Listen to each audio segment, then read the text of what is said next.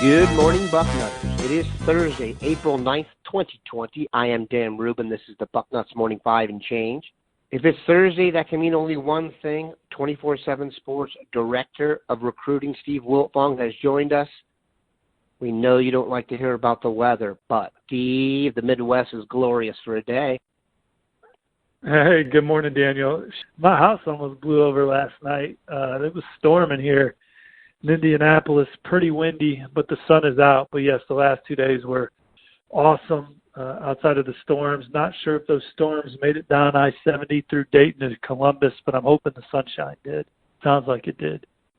What we had was a lot of sun during the day, storms at night. Then this morning, everything's nice and fresh thanks to the rain.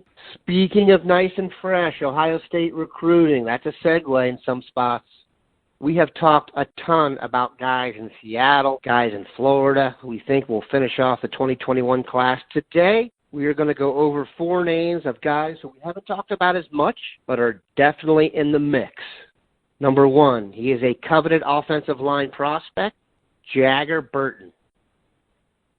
Yeah, the number 1 recruit in the state of Kentucky, number 8 offensive guard in America per the 24/7 Sports Composite.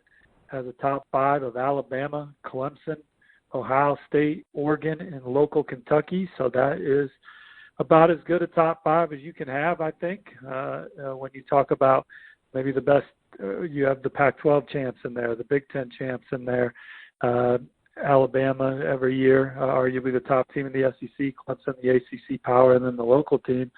You can't have a better top 5 than Jager Burton. To give you a perspective on what kind of prospect he is, my crystal ball is with Ohio State. I think the Buckeyes have the edge in this recruitment right now. He did like a 90-minute Zoom session with most of the Buckeyes coaches this week. And Mark Pantoni, whose background was a picture of Jager Burton turkey hunting when he was really young. I have a feeling Mark does that for a lot of the Zoom calls, but this is the first I heard of it. Maybe it's the only time he's done it. But Ohio State having fun with their recruits and their top targets as much as they can under these circumstances.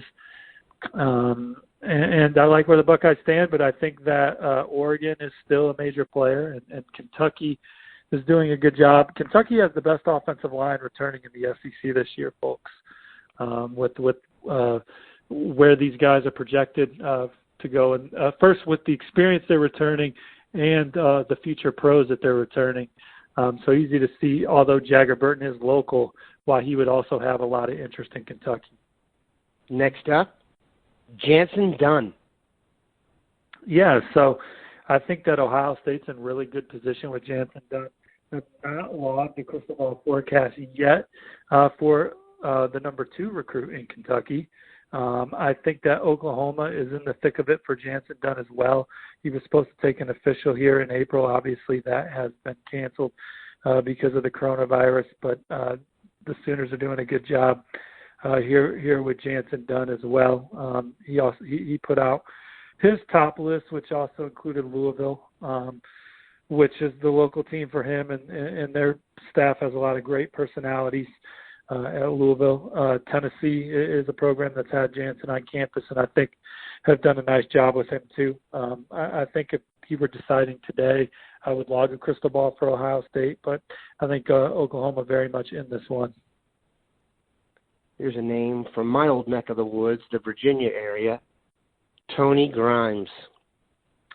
Yeah, so Tony Grimes put out his top 8 yesterday. I think Ohio State's probably in the top half of that group. My forecast is with Georgia. I like the Bulldogs right now. But talking to the family, they always mention how they want to get back to Ohio State. So I think Ohio State's firmly in it. I think North Carolina, led by Dre Bly, and his recruiting efforts, Dre Bly, for all y'all. Old heads. Obviously, Dre Bly was an excellent football player in his day. I think he's in the College Football Hall of Fame, and he played at North Carolina and was a Super Bowl champ, All-Pro. player in the NFL. So he's got North Carolina in the middle of that one. So Ohio State in line for another visit, and they'll need one to make a move there. For what it's worth, Dre Bly did go to North Carolina, and like Grimes, he is a Virginia native from down that way, so that's why Dre is probably on the case there. Not to mention he was a fantastic defensive back who, well, he was a high draft pick of the Rams. Last name we're going to hit on 20. Yeah. Last name we're going to hit, tight end, and these guys always have cool names. Why do tight ends have cool names? I don't know. Hudson Wolfe. Yeah, so my crystal ball is with the Buckeyes for Hudson Wolfe. I think, I talked to Hudson Wolfe after he dropped his top schools, and he said his best relationships right now are with the Ohio State staff and the Ohio State commits. Talked to some other people that also like Ohio State's position in this one. With that being said, Alabama and Tennessee, I think, are in also a good spot, and I don't know how often the pendulum is swinging in that recruitment. But if he were to pick Alabama or Tennessee, I wouldn't be surprised either. Now, I'm going to throw in a bonus name here. We don't think this guy is going to be a Buckeye, but he was the subject of much chatter, and now there has been a crystal ball for him to the Fighting Khakis. Donovan Edwards, the running back out of Michigan. Yeah, I would lean towards Georgia right now. I think that they're the ones to beat. I think that it was Georgia and Ohio State in the top two, as I had written on the front row numerous times. And a visit to Georgia in the spring really moved the needle. He's Georgia's top running back target, and so they're doing a good job recruiting him. We'll see if distance ultimately is an issue when it comes time to making a decision. And I talked to Donovan's dad this week. He wants to take his official visit, so I don't think he's in any hurry to decide. And right now, obviously Michigan is really up their intensity in this recruitment. I think Jim Harbaugh has been more of a presence.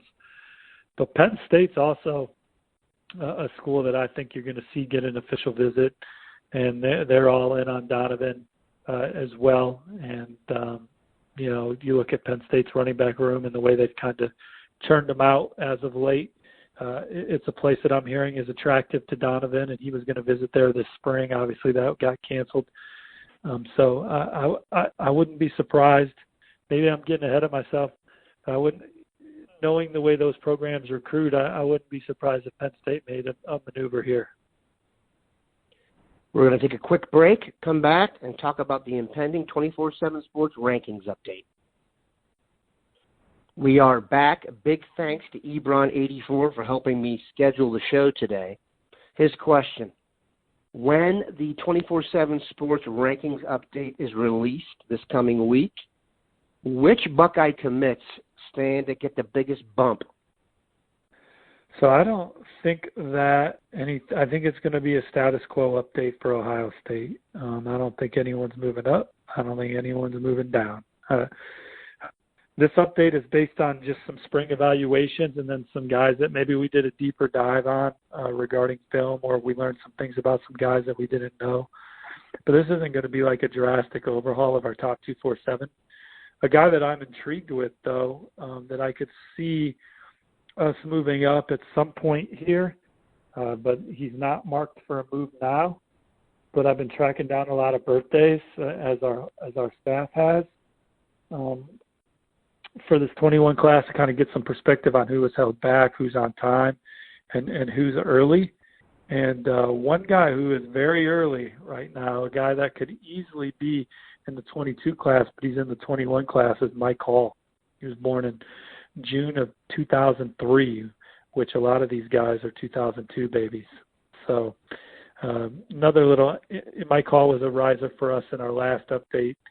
And as you learn more about him, you like more about him. How about guys that they're focusing on? I know that the network did an article about this, and one of the guys they mentioned was J.C. Latham. Yeah, so J.C. Latham is a guy that's marked for a major rise. I think that he's a guy that is in the conversation to be our number one ranked overall offensive tackle. So, yes, he is a guy that Ohio State he's an Ohio State target that's marked for a rise. I can kind of scroll the list here. I don't see if there's another obvious. David Davidkov is a guy that we're moving up. We haven't talked much about him on the show. I did a feature on him a few weeks ago. I don't even think people realized he was a major target for Ohio State at the time. But he's a guy that Coach Stud and Coach Day and those guys also covet. He's out of the Chicagoland. He's also a kid that was born he was born on New Year's Day, 2013. So he's on schedule for his class from an age perspective. Hasn't been held back or anything, but a massive kid that looks athletic on film. He's a guy that's is marked to trend up as Ohio State battles Iowa and Michigan and Wisconsin, among others there. LSU's trying to make a move. So that's Terrion Arnold's a guy that y'all may want to get to know. He's a safety prospect from the state of Florida. He is a young man that has recently told me that Ohio State has increased the interest in him. Right now I have him crystal ball to Alabama. He's going to play. He wants an opportunity to play football and basketball on the next level. Florida recently offered him for both, and he's a huge stock-up guy for us. I think that's probably about it as I kind of scroll. Ohio State's trying to recruit this kid, Javari Ritzie, too. He's a top 247 defensive tackle, defensive lineman from the state of North Carolina. I talked to Ritzie over the weekend. North Carolina's probably the perceived favorite. LSU, Tennessee, Georgia in the middle of it. I think Ohio State's ultimately going to get a visit for him, and he's a guy that I think his personality will fit in at Ohio State, so interesting to see. Jantzen Dunn's actually even more of a stock-up guy for us the more we dig into him. And Christian Leary, I'm glad you have me doing this. Have you guys talked much about Christian Leary on the Bucknuts Morning 5? He is a speedster from the Sunshine State. Tony Alford and Brian Hartline are recruiting him out of Orlando Edgewater. He is a guy that if he wanted to commit to Ohio State today, I think they would take him. He is a 10.5 100-meter dash guy. He would maybe fit that Curtis Samuel mold, that role that Curtis Samuel had in the offense, and bring that legitimate speed that we haven't seen in that position in a while. Here's one thing that is very clear. The coronavirus has hit the country hard and has limited some people's employment exploits. Steve Wiltfong is not in that group. If you did not get smarter on recruiting today, you weren't paying attention. We love having him on. That's why he's on every week. That's why he's the director of recruiting for 24/7 Sports. Have a good one, Bucknutters. Take care, y'all. See you on the front row.